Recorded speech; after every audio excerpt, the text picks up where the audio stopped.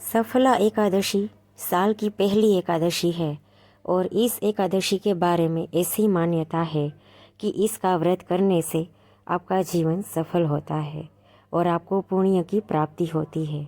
इस एकादशी के व्रत में व्रती के लिए कथा का पाठ करने का विशेष महत्व होता है।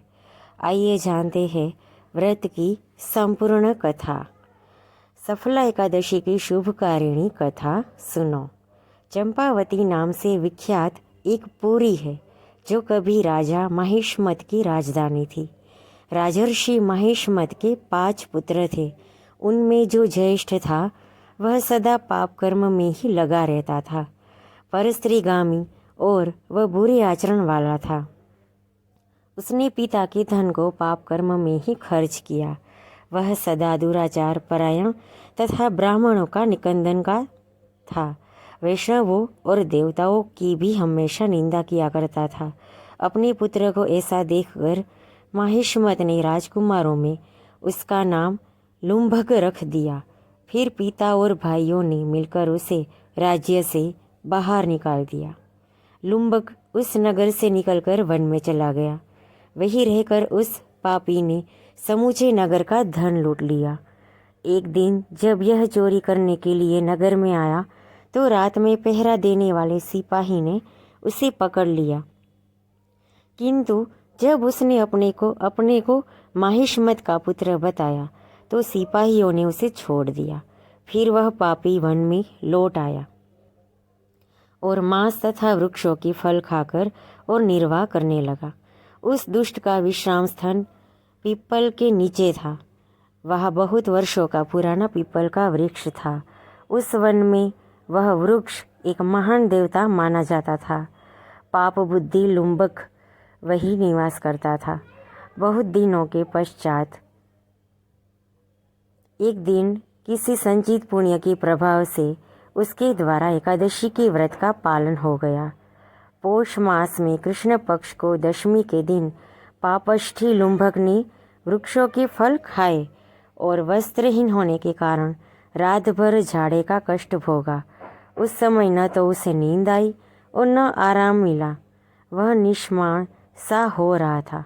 सूर्योदय होने पर भी उस पापी को होश नहीं हुआ। सफला एकादशी के दिन भी लुम्भक बेहोश पड़ा रहा।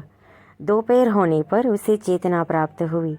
फिर इधर उधर दृष्टि डालकर वह आसन से उठा और लेंगड़े की भांति पैरों से बार बार लड़खड़ाता हुआ वन के भीतर गया। वह भूख से दुर्बल और पीड़ित हो रहा था।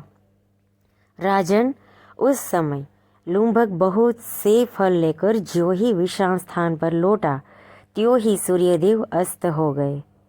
तब उसने वृक्ष की जड़ में बहुत से फल चुने और निवेदन करते हुए कहा, इन फलों से लक्ष्मीपति भगवान विष्णु संतुष्ट हो। यो कहकर लुम्भक ने रात भर नींद ही नहीं ली।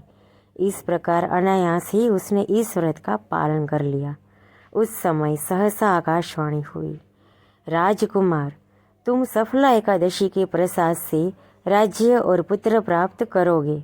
बहुत अच्छा कहकर उसने वह वरदान की स्वीकार किया। इसके बाद उसका रूप दिव्य हो गया। तब से उसकी उत्तम बुद्धि भगवान विष्णु के भजन में लग गई। दिव्य आभूषणों की शोभा से संपन्न होकर उसने अकंटक राज्य प्राप्त किया और 15 वर्षों तक वह उसका संचालन करता रहा।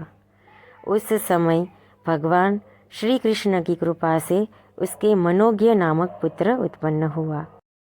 जब वह बड़ा हुआ तब लुम्भक ने तुरंत ही राज्य की ममता छोड़कर उसे पुत्र को सौंप दिया और वह भगवान श्री कृष्ण के समीप चला गया, जहाँ जाकर मनुष्य कभी शोक में नहीं पड़ता। राजन, इस प्रकार जो सफला एकादशी का उत्तम व्रत करता है वह इस लोक में सुख भोग कर मरने के पश्चात मोक्ष को प्राप्त होता है। संसार में वे मनुष्य धन्य है जो सफला एकादशी के व्रत में लगे रहते हैं। उन्हीं का जन्म सफल है। महाराज, इसकी महिमा को पढ़ने, सुनने तथा उसके अनुसार आचरण करने से मनुष्य राजसूय यज्ञ का फल पाता है। तो भक्तों, कैसी लगी आपको मेरी सफला एकादशी की व्रत कथा। हम आशा रखते हैं कि आज आपने भी सफला एकादशी का व्रत भक्ति भावपूर्ण रखा हुआ है। हरे कृष्णा।